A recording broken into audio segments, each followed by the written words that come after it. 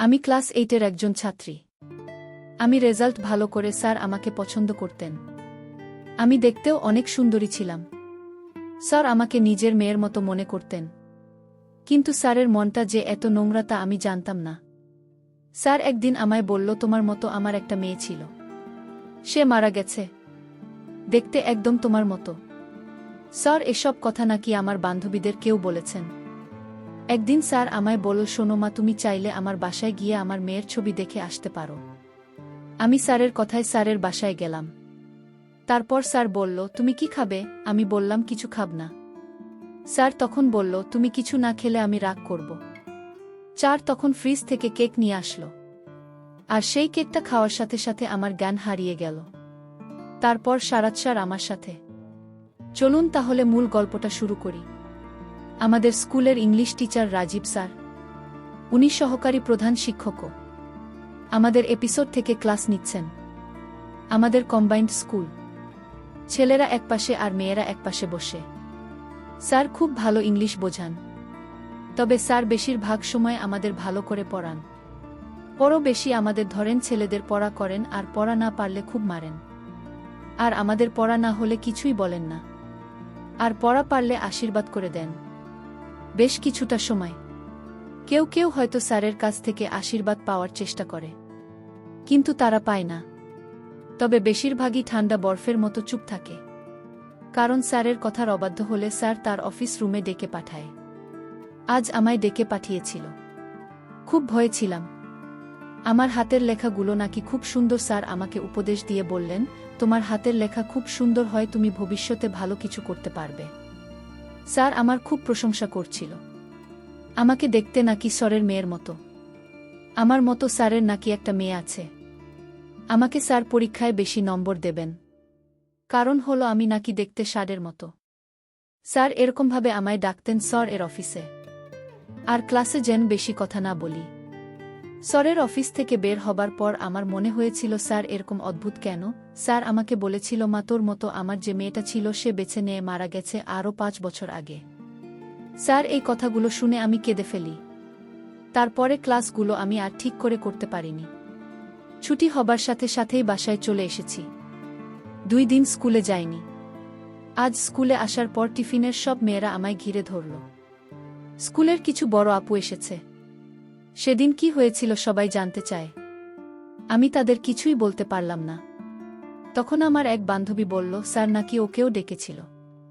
ওকে বলেছিল স্যার এর অফিসে জমা খাতাপত্রগুলো দেখতে, এরকম স্যার তাকেও ডেকেছিল। স্যার ওকে এই কথা বলেছিল যে তাকেও নাকি দেখতে তার মেয়ের মতো। আরেক আপু বলল, এই তো মাত্র শুরু, এমন আরও হবে। আর কাউকে কিছু বললে শুধু পরীক্ষায় ফেল করাবেন না, সাথে নাকি মিথ্যা বলে স্কুল থেকে টিসি দিয়ে বের করে দেবে। আরেক আপু বলুন, উনি একদিন একটা সমস্যার কারণে স্যারের কাছে ছুটি আনতে গেলে স্যার তাকেও নাকি বলেছিল তাকেও দেখতে স্যারের মেয়ের মতো। আমি ঠিক বুঝতে পারছি না, স্যার যাকে তাকে বলে তাকে নাকি দেখতে তার মেয়ের মতো। খুব অদ্ভুত ব্যাপার তো। আসলে স্যার এর কি জ্ঞান হারিয়ে ফেললে নাকি? আমি আপনাকে বললাম, আপু আপনারা কিছু বললেন না। কি বলবো বলো, কিছু একটা তো করেন। এভাবে আর কতদিন? আর কেন এই চুপ থাকা? তুমি ঠিক যে কারণে চুপ হয়ে আছো। আর কাকে বলবে বলো? স্যার কাউকে জানানোর সুযোগই দেয় না। 2 সপ্তাহ পর আমাদের প্রধান শিক্ষক সবাইকে অ্যাসেম্বলিতে দাঁড় করিয়েছেন। আমাদের প্রধান শিক্ষক খুবই ভালো। মাটির মানুষ আমাদের সাথে। স্যারের দেখা খুবই কম হয়। স্যার নানা কাজে ব্যস্ত থাকেন। তবে যখনই দেখা হয় আমাদের সাথে খুব হেসে মায়া দিয়ে কথা বলেন। কিন্তু আজ আর হাসছেন না। সবার দিকে কেমন করে তাকিয়ে আছেন। হঠাৎ করেই বলা শুরু করলেন, আমাকে তোমরা ক্ষমা করো। আমি তোমাদের যোগ্য নই। আমি স্কুলটাকে আদর্শ স্কুল করতে গিয়ে তোমাদের দিকে খেয়াল করিনি। তোমরা কিসের কষ্ট পাচ্ছ বুঝতে পারিনি। আজ থেকে কোনো শিক্ষক কাউকে মারবেন না। তোমরা শিক্ষকের কাছ থেকে অবহেলাও পাবেন। তোমাদের আর কোনো শিক্ষক মারতে পারবে না। আর আজ থেকে ছেলেদের সকল সমস্যার জন্য একজন পুরুষ শিক্ষক আর মেয়েদের জন্য মহিলা শিক্ষক থাকবে। নিজেদের সকল সমস্যার কথা তাদের জানাবে। ছুটির প্রয়োজনে তারা ছুটি দেবে। এরপরও কারো সমস্যা থাকলে আমায় জানাবেন। দয়া করে কেউ চুপ থাকবে না। পরে আমরা জেনেছিলাম স্যার কে জয়িং চিঠি দিয়ে সব জানিয়েছিল স্কুলের শিক্ষকের। এরকম লেখাপড়ায় অবহেলা করার জন্য তার বিরুদ্ধে চিঠি লিখেছিল। আমি স্কুল থেকে বাড়ি ফিরলাম আর মনে মনে চিন্তা করলাম, স্যার যাকে তাকে নিজের মেয়ে মনে করে, এটা তো একটা অদ্ভুত ব্যাপার। না, এই স্কুলে পড়ালেখা তেমন ভালো হয় না, আমি এই স্কুলে লেখাপড়া করব না। মনে মনে সিদ্ধান্ত নিলাম। আমি বাড়িতে গিয়ে বাবাকে বললাম, বাবা, যদি আমাকে লেখাপড়া করাতে চাও তাহলে আমাকে একটা মহিলা মাদ্রাসায় ভর্তি করে দাও, যেখানে আমি হিজাব পরে মাদ্রাসায় যাব। বাবা আমার কথা শুনে বাবা বলল, দেখো মা, আমি কিছুদিন পর তোমাদের অন্য শহরে গিয়ে বাসা রাখব। মা, আর কিছুদিন লেখাপড়া করো, তারপর শহরে গিয়ে তোমার যা যেখানে ইচ্ছা সেখানে লেখাপড়া করতে পারবে, আমি কোনো বাধা দিব না। আমি বললাম, বাবা, তাহলে কতদিন পর শহরে উঠবে? বাবা বলল, তুমি ক্লাস 8-এ যখন উঠবে তখন চলে যাব, আর বেশি দিন ওয়েট করতে হবে না, মাত্র 6 মাস। ভুলে গেছি আমার পরিচয়টা দিয়ে দেয়। আমার নাম আকলিমা, আমি ক্লাস 8-এ পড়ি। আমার বাবা একজন বড় ব্যবসায়ী। আমরা 2 বোন 2 ভাই। সবার বড় হচ্ছে আমার বোন, নাম হেলেনা, বিয়ে হয়েছে প্রায় 5 বছর হবে। আমার বড় ভাই বিপুল এবার কলেজের 2nd ইয়ারে পড়ে। আমার পরিবারের মধ্যে আমি সবার ছোট, তাই সবাই আমাকে চোখে চোখে রাখে। আমরা থাকি নানার বাড়িতে। আমার বাবা আমার মাকে বিয়ে করায় আমার দাদা তার বাড়িতে জায়গা দেননি, তাই আমরা নানুর বাড়িতে থাকি। আমার নানুর বাড়ির এলাকাটা তেমন ভালো না, কিন্তু আমরা এই এলাকার অনেক অত্যাচার সহ্য করে নানুর বাড়িতে থাকি। তবে আমার বাবা শহরে একটা বাসা রাখবে বলেছিল এবং সেই বাসায় আমরা কিছুদিন পর চলে যাব। আমার বাবার ইচ্ছা আমি বড় হয়ে একজন ডাক্তার হব। যাই হোক, বাবা আমায় বলল, না, তুমি আর এই স্কুলে 6 মাস কষ্ট করে লেখাপড়া করো, কারণ এখানে স্কুল ভালো না, শিক্ষকরাও ছাত্রদের ভালো করে লেখাপড়া শেখায় না, আর তাই আমার লেখাপড়ার মন মানসিকতা এখান থেকে একেবারে উঠে গেছে। তারপর বাবার প্রতি তাকিয়ে লেখাপড়া করে যাচ্ছি। যাই হোক, আমি 1 সপ্তাহ পর স্কুলে গেলাম। স্কুলের ইংরেজি শিক্ষক, যার কথা একটু আগেই বলেছি, আপনারা শুনেছেন, ইংলিশ টিচার রাজীব, আমাকে টিফিন আওয়ারে আমাকে তার অফিসে ডাকলেন আর বললেন, বসনা, তোমার সাথে কিছু কথা আছে। স্যারের ডাকে আমি স্যারের অফিস কক্ষে প্রবেশ করলাম। স্যার বলল, তুমি এতদিন স্কুলে আসোনি কেন? আমি বললাম, আমি অসুস্থ ছিলাম। স্যার বললেন, না, ঠিক তোমার মতো আমার একটা মেয়ে ছিল, সে আজ পৃথিবীতে নেই, সে পরে চলে গেছে।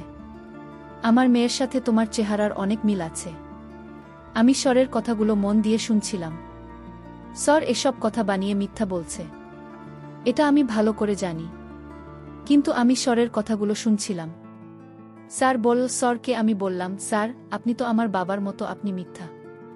মা, আমি আবার মিথ্যা বললাম কখন? আচ্ছা স্যার, আপনি বলেছেন আমি দেখতে আপনার মেয়ের মতো, আমার চেহারার সাথে আপনার মেয়ের চেহারার অনেক মিল আছে। এই কথা কয়েকজনকে বলেছেন স্যার? যার অবাক হয়ে বললেন, বা তুমি এসো, তুমি কি বলছো? আমি তো শুধু তোমায় বলছি তুমি আমার মেয়ের মতো। সত্যি বলছি, আমি আর কারো মাঝে আমার মেয়ের চেহারা দেখতে পাইনি। আচ্ছা, তোমাকে কে বলেছে আমি মিথ্যা কথা বলেছি? স্যার যে বলেছে তার নাম আমি বলতে পারবো না, কারণ তাকে আপনি জিজ্ঞেস করলে সে খুব রাগ করবে, আমার সাথে বন্ধুত্ব নষ্ট হবে। স্যার বল, মা, আমি তোমায় কথা দিলাম, আমি কিছু বলবো না। না স্যার, আমি বলতে পারবো না। স্যার তখন অভিনয় করে কান্না শুরু করল। আমি স্যারকে বললাম, স্যার আপনি কাঁদছেন কেন? স্যার তখন অভিনয় করে বলল, আমার যদি আজ মেয়েটা বেঁচে থাকতো তাহলে আমার সকল কথা শুনত। আমি বাধ্য হলাম স্যারকে বলতে যে আমার অন্য বান্ধবের আপনি বলছেন তাদের কেউ আপনার মেয়ের মতো দেখতে। স্যার আপনার উদ্দেশ্যটা কি? আমাদের কাছে আপনি কি চান? স্যার আপনি যাকে একটু সুন্দরী দেখেন তাকে আপনি আপনার মেয়ের মতো দেখতে। এসব কি শুনছি? স্যার তখন বলল, আচ্ছা, স্কুল কথা তোমাদের বান্ধবী বানিয়ে বানিয়ে বলছে যেন তুমি আমার কাছে না আসতে পারো, কারণ আমি তাদের চেয়ে তোমাকে অনেক ভালো করে লেখাপড়া শেখাই। এটা তাদের সহ্য হচ্ছে না। আচ্ছা, তুমি আমার বাসায় একদিন যাবে। আমার বাসায় টাঙানো একটা বড় ছবি আছে আমার মেয়ের, সেই ছবির সাথে যদি তোমার চেহারা মিল থাকে তাহলে তো আর কোনো সন্দেহ নাই। আমি স্যারের এই কথা শুনে কিছুটা বিশ্বাস হতে লাগল, কিন্তু আমি তো জানি না যে স্যার আমার সাথে এমন নাটক করছে। আমি স্যারের মতো তা বুঝতে পারিনি। আমি স্যারের কথা বিশ্বাস করে তার বাড়িতে যাওয়ার সিদ্ধান্ত নিলাম। আমি স্যারকে বললাম, কোনোদিন যাব স্যার আপনার বাসায়? স্যার বলল, সন্ধ্যার দিকে যেতে পারলে আমার জন্য ভালো হয়, কারণ সন্ধ্যের দিকে আমার স্ত্রী বাড়িতে থাকবে। তার মুখ থেকেও শুনতে পারবে। স্যার যেরকম নাটক করতে পারে তা আমি জানতাম না। আমি স্যারের কথা বিশ্বাস করলাম। স্যার পরের দিন আমাকে বললেন, মা, আজ আমাদের বাড়িতে তোমার যেতে হবে। না গেলে আমি খুব কষ্ট পাব। আর আমার স্ত্রীকেও তোমার ব্যাপারটা বলেছি। আমি স্যারকে বললাম, ঠিক আছে স্যার, আমি যাব। তারপর সন্ধ্যার কিছুক্ষণ আগে আমি রওনা দিলাম। সন্ধ্যার নামাজের শেষে আমি স্যারের বাসায় উপস্থিত হলাম। স্যার আমায় বলল, বসো মা। স্যার আমায় দেখে অস্থির মনে হলো। আমি জিজ্ঞেস করলাম, স্যার আপনার স্ত্রী কোথায়? স্যার বলল, আজ এখনো আসেনি, হয়তোবা চলে আসবে কিছুক্ষণের ভিতরে। আমি স্যারকে বললাম, স্যার আপনার মেয়ের ছবিটি কোথায়? স্যার তখন বলল, মামা তো আসছো, কিছু খাও, একটু রেস্ট নাও, তারপর সব দেখাচ্ছি। আমি স্যারকে বললাম, স্যার আমি কিছু খাব না। স্যার বলল, যদি তুমি না খাও তাহলে আমি খুব কষ্ট পাব। আমি স্যারের কথা রাখতে গিয়ে স্যার আমার জন্য ফ্রিজ থেকে দামি কেক নিয়ে আসলো। আমি কি একটা খেয়ে নিলাম। কেকটা খাওয়ার কিছুক্ষণ পর আমার মাথা ঘোরাচ্ছিল। আমি স্যারকে বললাম, স্যার আমার কেমন জানি করতে আছে, আমি একটু বিশ্রাম নিতে চাই। স্যার তখন খুশি হয়ে বলল, ঠিক আছে, তুমি বিশ্রাম নাও, আমি দেখে আসি আমার স্ত্রী কোথায়। আমি বিশ্রাম নেওয়ার সাথে সাথে আমি ঘুমিয়ে পড়লাম। আমি আর কিছু বলতে পারলাম না।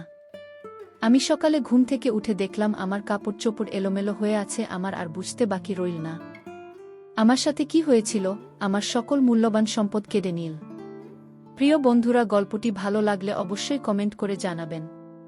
আর নিয়মিত এমন আলাদা স্বাদের গল্প শুনতে ভিডিওটিতে লাইক এবং চ্যানেলটিকে সাবস্ক্রাইব করে সাথেই থাকুন। আর হ্যাঁ, নোটিফিকেশন বেলটি অল করে রাখবেন, যাতে পরবর্তী গল্প সবার প্রথমে আপনাদের কাছে পৌঁছে যায়। ধন্যবাদ বন্ধুরা, ধন্যবাদ সবাইকে।